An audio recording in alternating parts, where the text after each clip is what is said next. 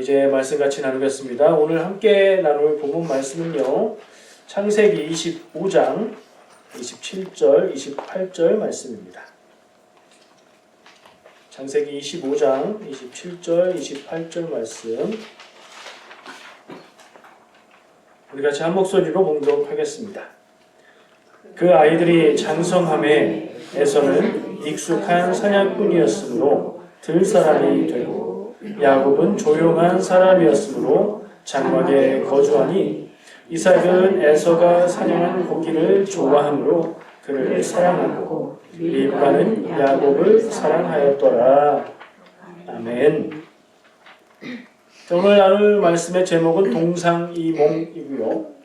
동상이몽은 같은 침상에서 다른 꿈을 꾼다 이런 말이죠. 말이 되는 영어인지 모르겠는데 제가 마음대로 주보에는 영어로도 한번 써봤어요. 뭐라고 써있어요? Same bed, two dreams 이렇게 썼는데 말이 되나요? 예, 뭐 알아들으시면 됐죠 뭐. 자, 동상이몽 누구의 동상이몽일까요? 오늘 본문 말씀을 보면서 떠오르는 누구의 동상이몽인지 아시겠어요? 에서와 야곱이 나오지만 그 뒤에 그 아버지 어머니가 나오죠. 이삭과 리브가 이야기입니다. 오늘 나눌 이야기는 이삭의 가정에 대한 얘기고요. 이삭은 아버지, 리브가는 그의 아내. 이삭과 리브가가 결혼하던 얘기 기억하시나요?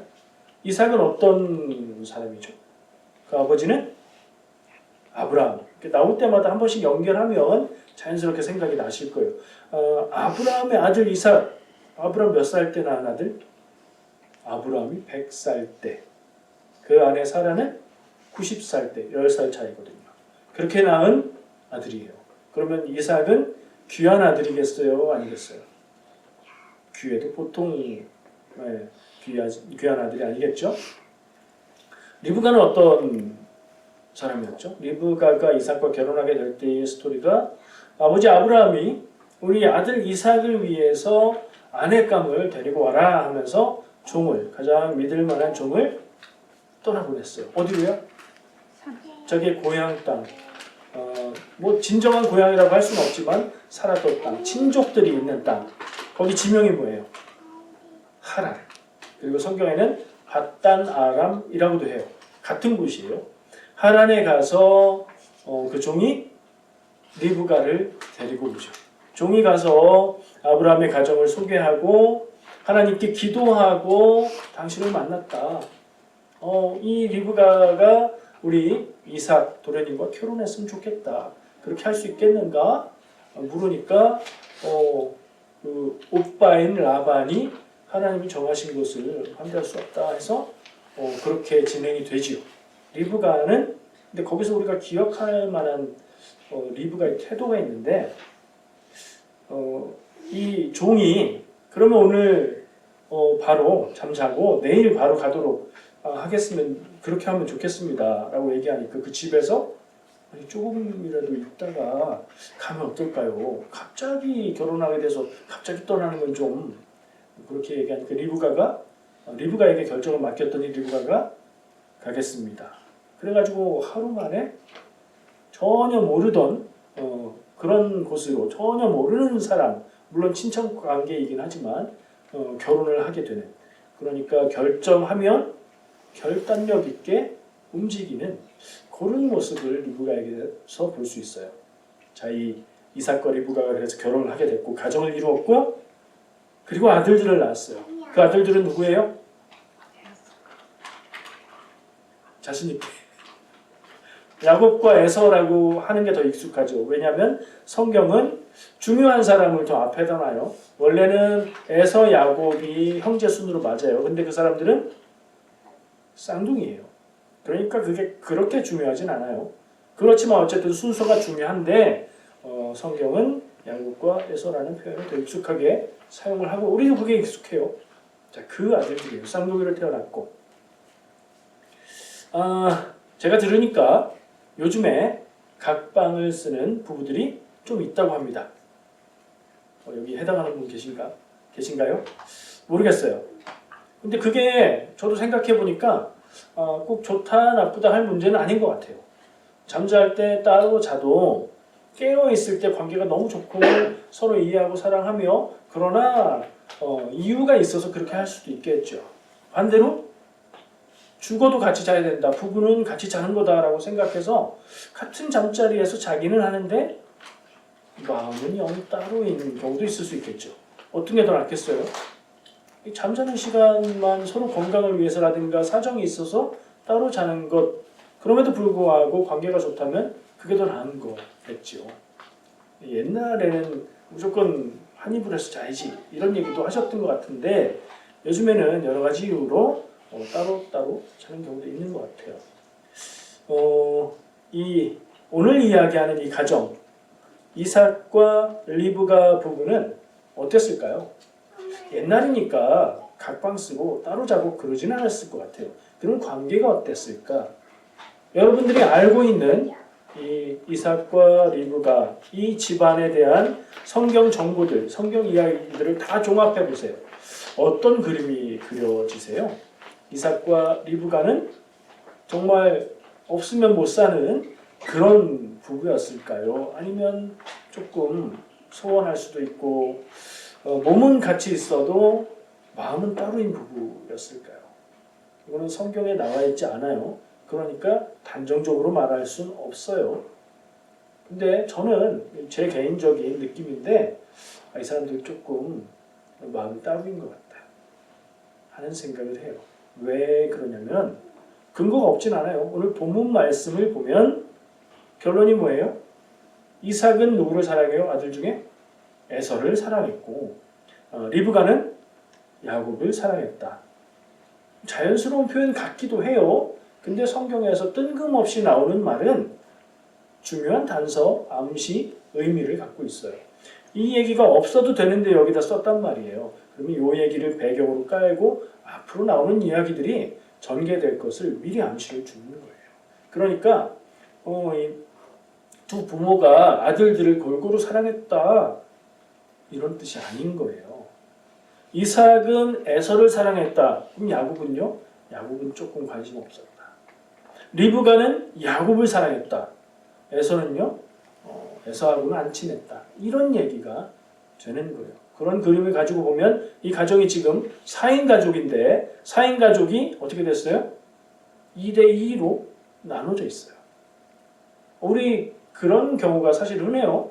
4명, 둘이 만나서 결혼하고 두 자녀를 낳으면 4명이 되는데 뭐 성별에 의해서 나눠지기도 하고 똑같은 성별을 낳아도 성향이나 성격이나 이런 게 어느 한쪽은 엄마를 닮고 한쪽은 아빠를 닮고 뭐 이런 차이가 생기잖아요. 그러다 보면 살면서 꼭 뭔가를 하면 입맛도 2대2고 좋아하는 것도 2대2고 이렇게 되는 경우들이 있어요.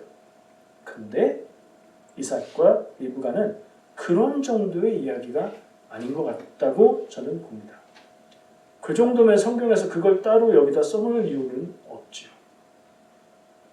이 부분을 저는 집중해서 이거 좀 중요한 단서다라는 생각을 가지고 보기 시작했습니다.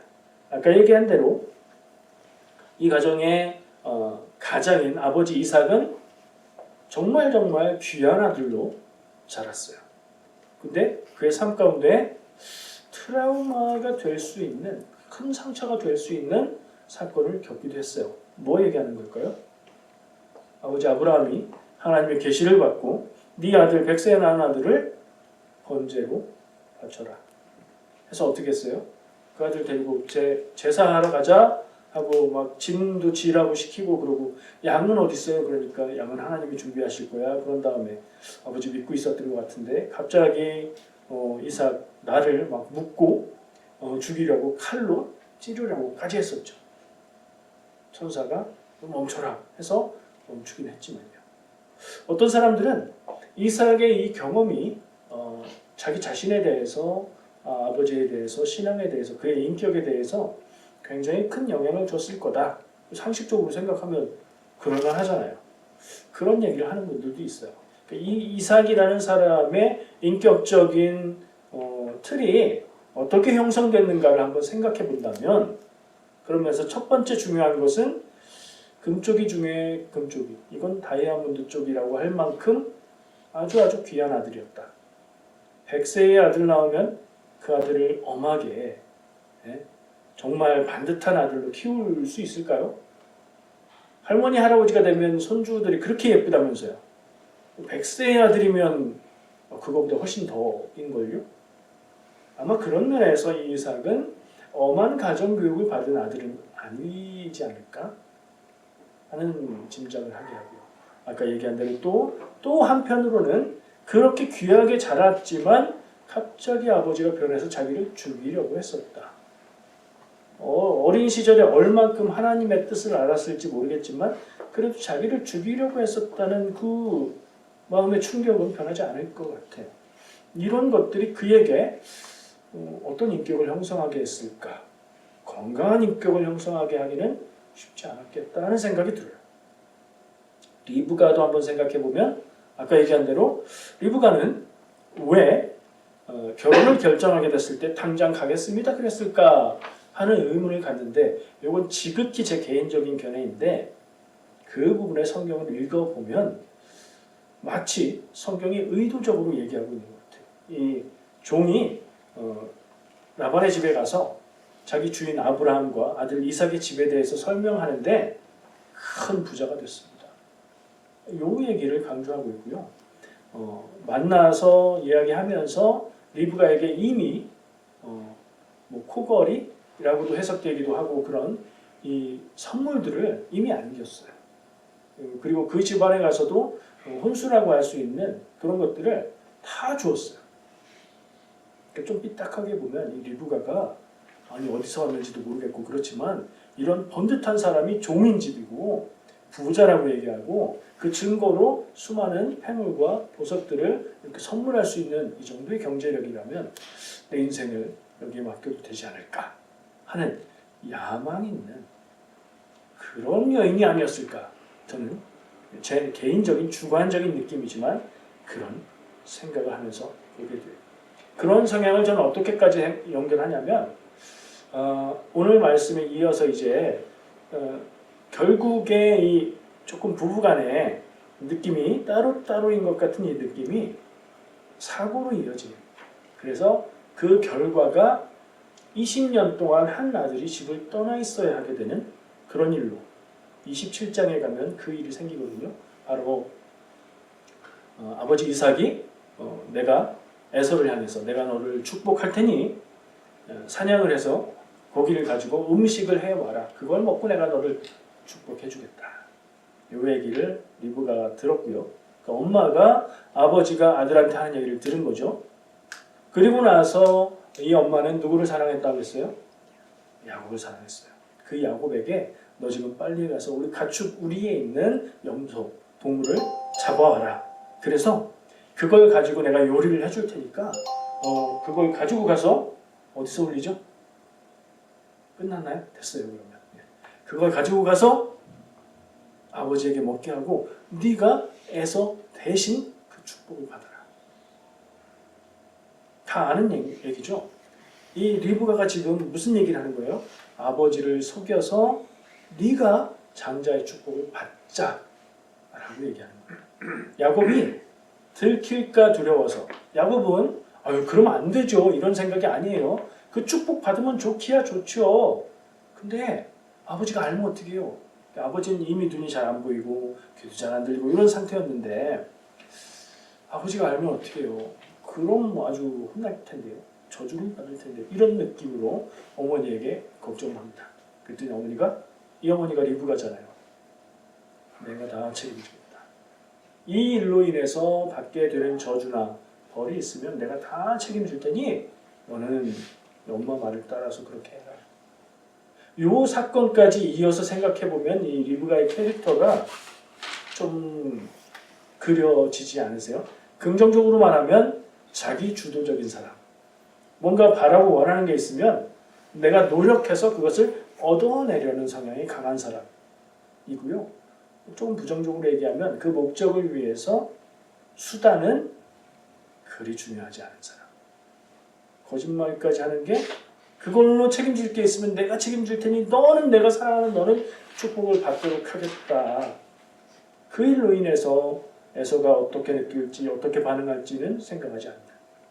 원하는 것을 우선 생각하는 이런 캐릭터를 가진 사람인 것이 그려져요. 그러니까 이런 성향의 두 사람 이삭과 리브가는 왜 친밀한 부부 관계가 아닌 것처럼 보이는 모습으로 성경에 그려지고 있을까 하는 질문을 해보게 돼요.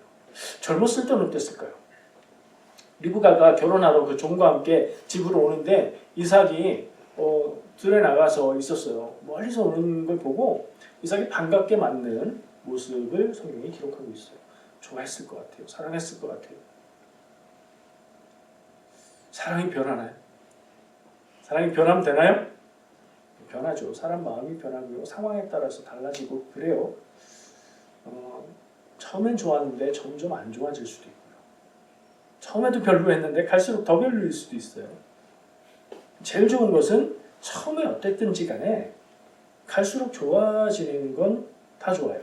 처음에 좋았는데 더 좋아지든가 처음엔 좀 그랬는데 갈수록 좋아진다는 거. 그럼 다 괜찮아요. 이건. 왜냐면 계속 좋아지는 거잖아요. 근데 이 이삭과 리브가의 관계는 적어도 갈수록 좋아지는 관계는 아니었던 것 같아요. 제가 왜 이렇게 확실하게 말하죠? 다른 건 다 조심스레 말하면서 이 두 부부가 마음이 갈라져 있어요. 자녀에 대한, 아들에 대한, 쌍둥이 아들 둘에 대한 마음이 각각이에요. 그리고 자녀를 축복하는 일에 대해서 그래서 이 사람들을 족장이라고 부르거든요. 아브라함, 이삭, 야곱, 요셉까지 낳는 요 사람들을 족장이라고 불러요. 이 사람들이 장자를 축복하는 것은 굉장히 의미 있고 중요한 일이에요. 왜냐하면 이 가문을 통해서, 이 집안을 통해서 하나님이 복받는 이스라엘 민족을 이어지게 하셨으니까요. 근데 야곱이 동생임에도 불구하고 하나님은 야곱을 택해서 복 주시기로 이미 정하셨어요. 요거는 이제 그 임신을 했을 때 태중에서 싸웠는데 동생이 반대예요. 형이 동생을 섬기게 될 거다. 이런 말씀을 하나님이 주신 적이 있거든요. 그거에 대해서 이삭은 생각하지 않는 것 같아요. 잊어버렸는지 중요하게 하지 않게 생각하는지 이삭은 에서를 사랑해요. 아까 이유가 뭐였죠? 내가 좋아하는 고기를 사냥해다 주는 아들이기 때문에 이삭을 좋아했어요. 그리고 그는 익숙한 사냥꾼이고 들사람이 되었다. 남자다운 면을 마음에 들어 했을 수도 있겠죠. 야곱은 아까 본문 말씀에 보면 조용한 사람이었고 집안에 머물렀다. 장막이라고 했는데 이 사람들은 아직 이동식 삶을 살았기 때문에 이동식 텐트가 집이에요. 집안에 머물렀던 사람인 거예요. 그러면 집안에서 우리 기억하죠? 음식하던 장면. 죽을 끓였고 그 붉은 것을 내게 주라 해서 그랬더니 그럼 이거 줄 테니까 장자권을 파시오 이래서 하는 사건을 기억하잖아요. 이 얘기들이 다 얽혀있는 얘기인데 집에서 음식하고 요리하고 했었던 야곱, 아마도 어머니가 주로 했을 집안일들을 잘 돕고 했을 야곱. 그런 면을 생각하면 리브가가 야곱을 더 사랑했다 하는 얘기도 충분히 이해가 돼요.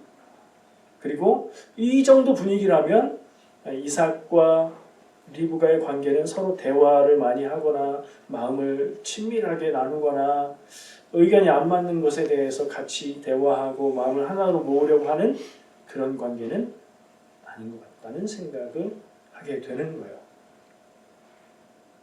동의가 되십니까? 동의 안 되셔도 괜찮고요. 이런 관점으로 한번 생각해 본 거예요. 이렇다라고 단정해서 마음에 저장하시는 마세요.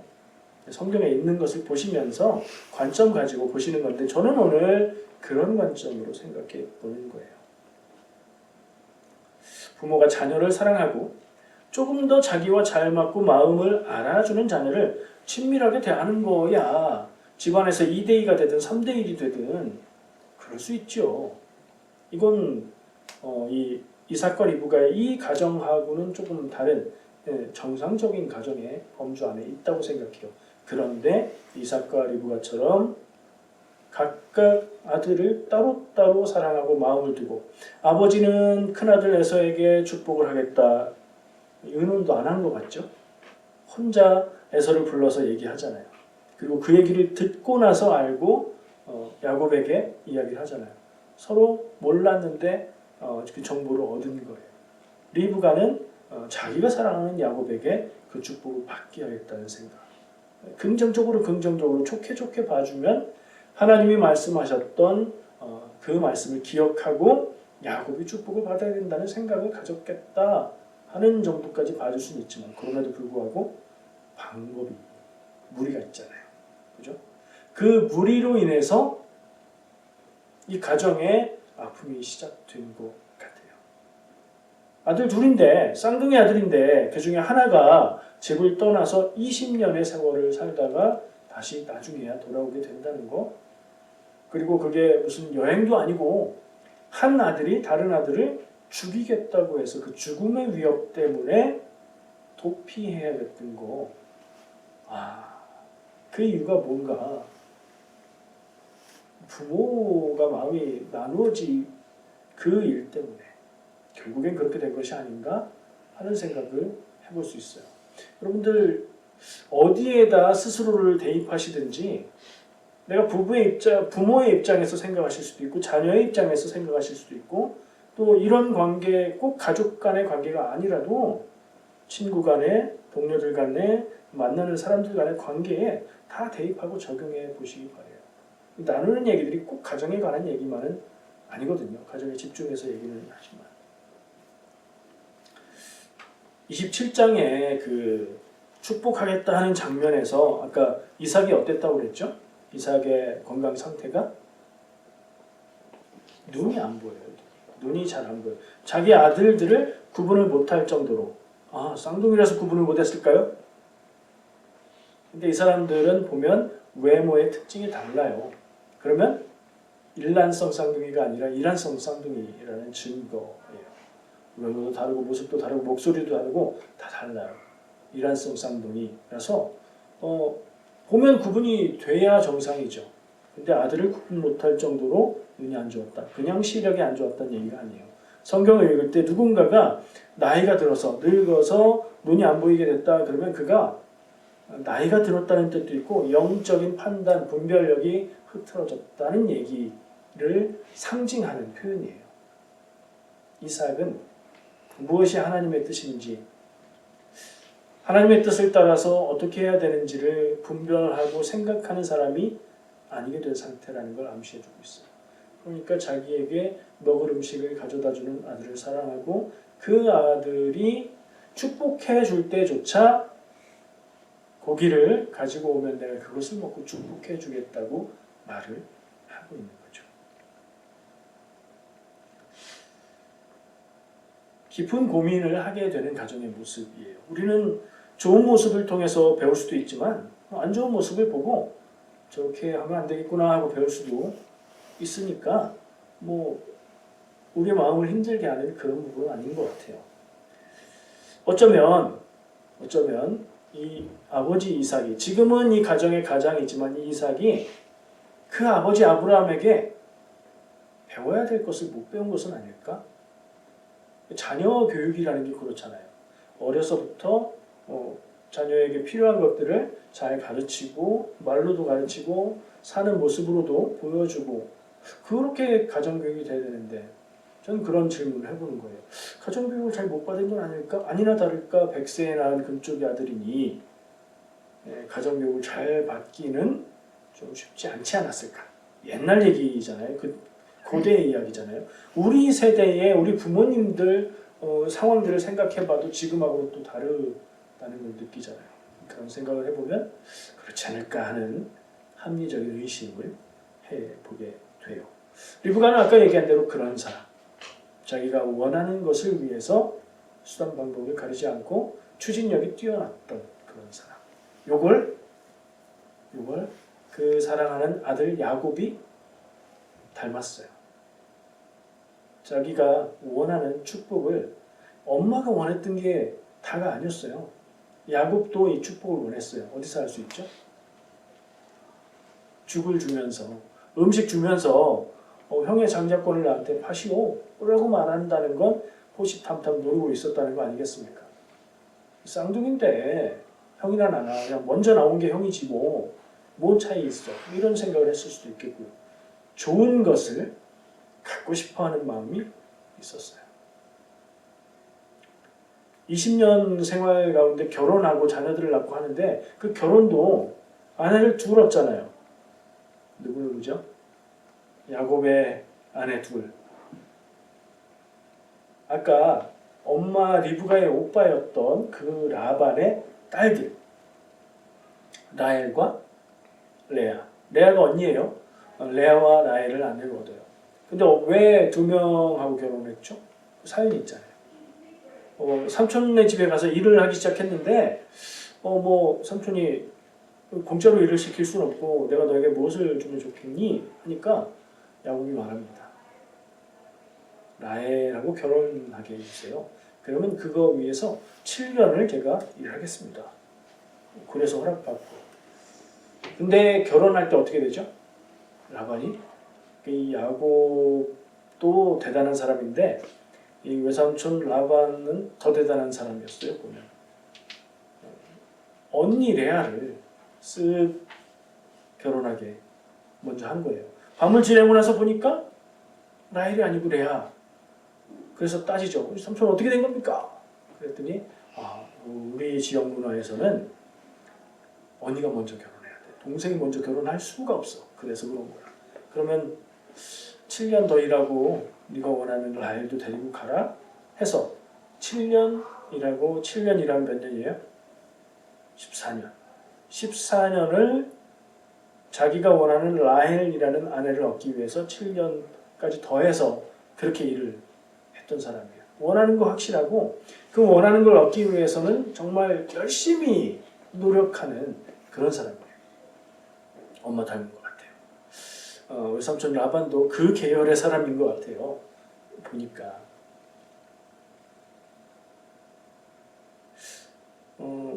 자녀 교육에 대한 생각을 좀 하게 돼요. 이삭의 아버지 아브라함에게 뭘 배웠지? 하는 생각을 해보면 이삭이 아버지 아브라함을 보고 배워서 따라하는 게 하나 있어요. 좋은 건 아니에요. 뭐죠? 거짓말하는 거, 거짓말. 무슨 거짓말? 아브라함이 무슨 거짓말 했어요? 기근이 들어서 이집트로 내려갔을 때 이집트 사람들이 날 죽일까? 왜냐하면 자기 아내가 너무 이쁘거든, 자기가 보기.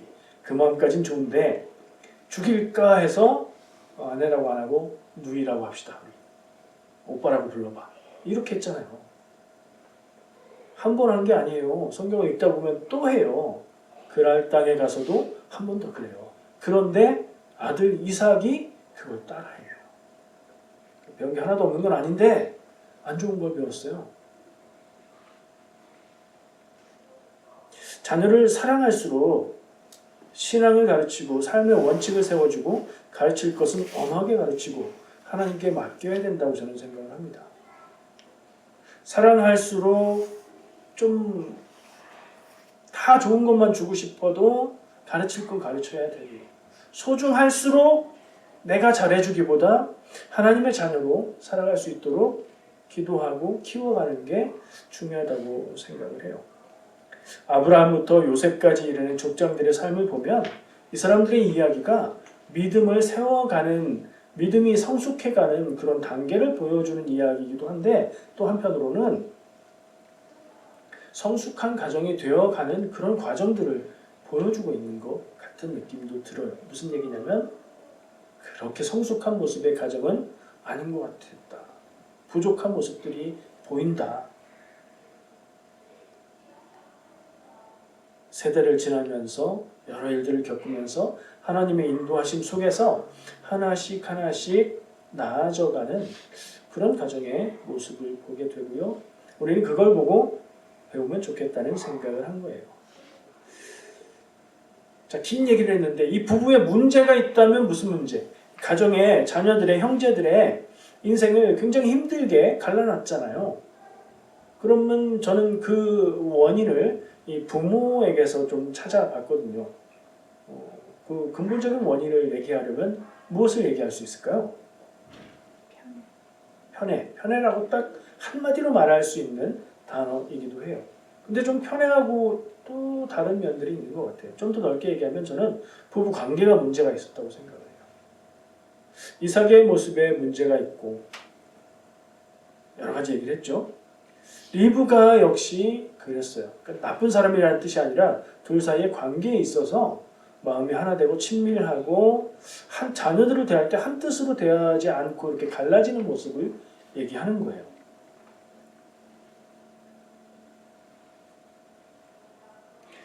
이삭과 리브가의 중심에도 문제가 있었기에 그런 것은 아닐까까지 생각을 해보게 돼요.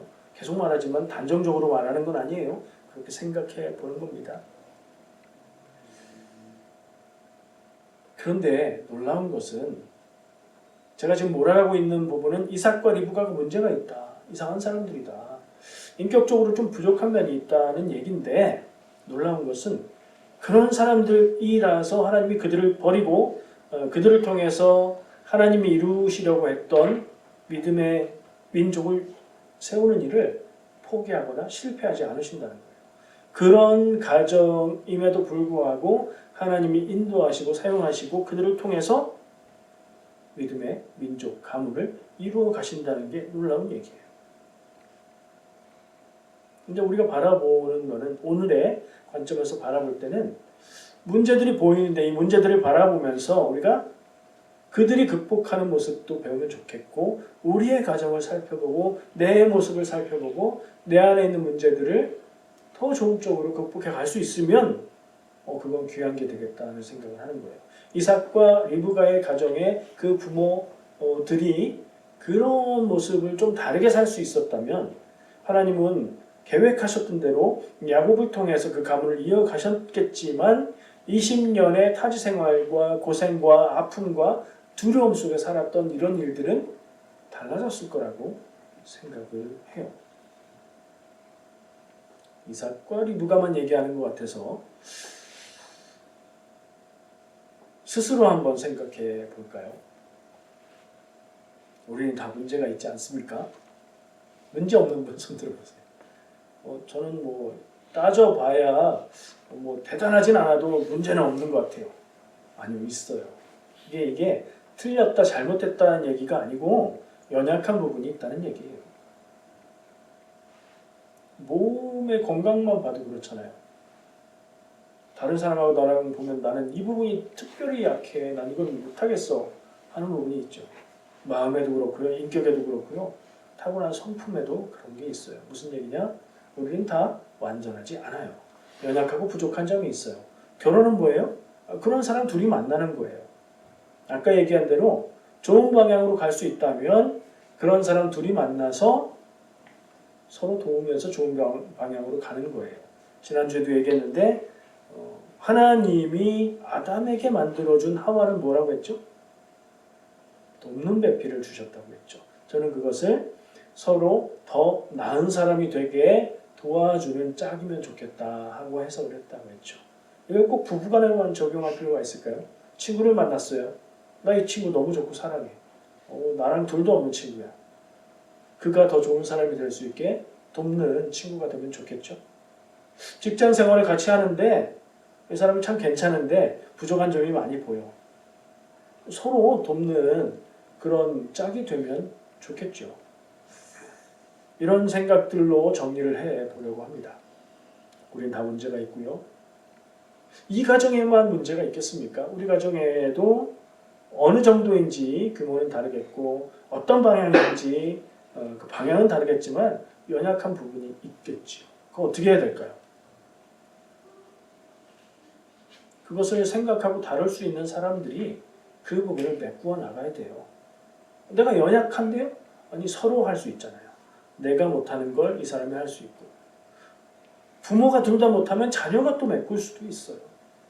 그게 하나님이 세우신 가정을 아름답게 이루어가는 방향이 아닐까 생각을 해요. 결혼, 가정 이런 얘기하면 남 얘기처럼 들리는 사람들도 여기 있어요. 2명 있네요. 아직 먼 얘기 같죠? 여기도 한 명. 또 위에도 한 명. 오늘 얘기가 어떻게 적용이 될 수 있을까요? 오늘 말씀을 한번 생각할 때 똑똑하니까 다 기억을 할 거라고 생각해요. 자녀의 입장에서 부모를 이해하는 것. 우리 엄마 왜 이래? 우리 아빠는 왜 이렇지? 이게 아니고 우리 엄마도 연약한 부분이 있고 우리 아빠도 연약한 부분이 있고 그거 내가 보이니까 내가 그 부분을 채울 수 있으면 좋지 않을까. 그래서 부모를 좀 이해해보고 상용화, 주용화, 지연아, 자녀들 그리고 사랑을 표현하면서 그렇게 사는 가정이면 자녀가 어리다고 아무것도 아닌 게 아니고 가정을 아름답게 만드는 힘이 될 수 있다고 생각합니다. 어느 가정도 부모가 완벽한 가정은 없습니다. 우리가 부모지만 우리의 부모를 또 생각해보면 알 수 있지요. 마음이 어려울 때 부모를 원망하기보다 성경에서 힘들고 어려운 사람들과 함께 하시고 그 길을 인도하시는 하나님을 발견할 수 있으면 좋겠습니다. 그 하나님이 나와 함께 하심을 기억하시기 바랍니다.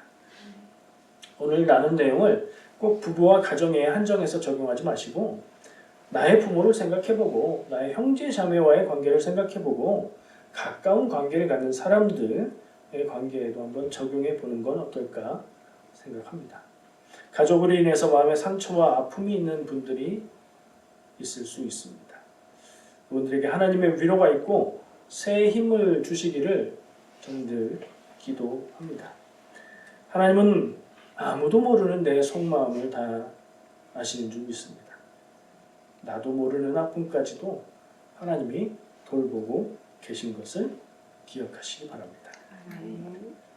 건강한 믿음을 갖고 하나님의 사랑을 받는 사람은 그 가정이 그리고 만나는 사람들과의 관계가 시간이 갈수록 좋은 관계가 되어가고 좋은 행복한 가정이 되어가야 한다고 생각합니다.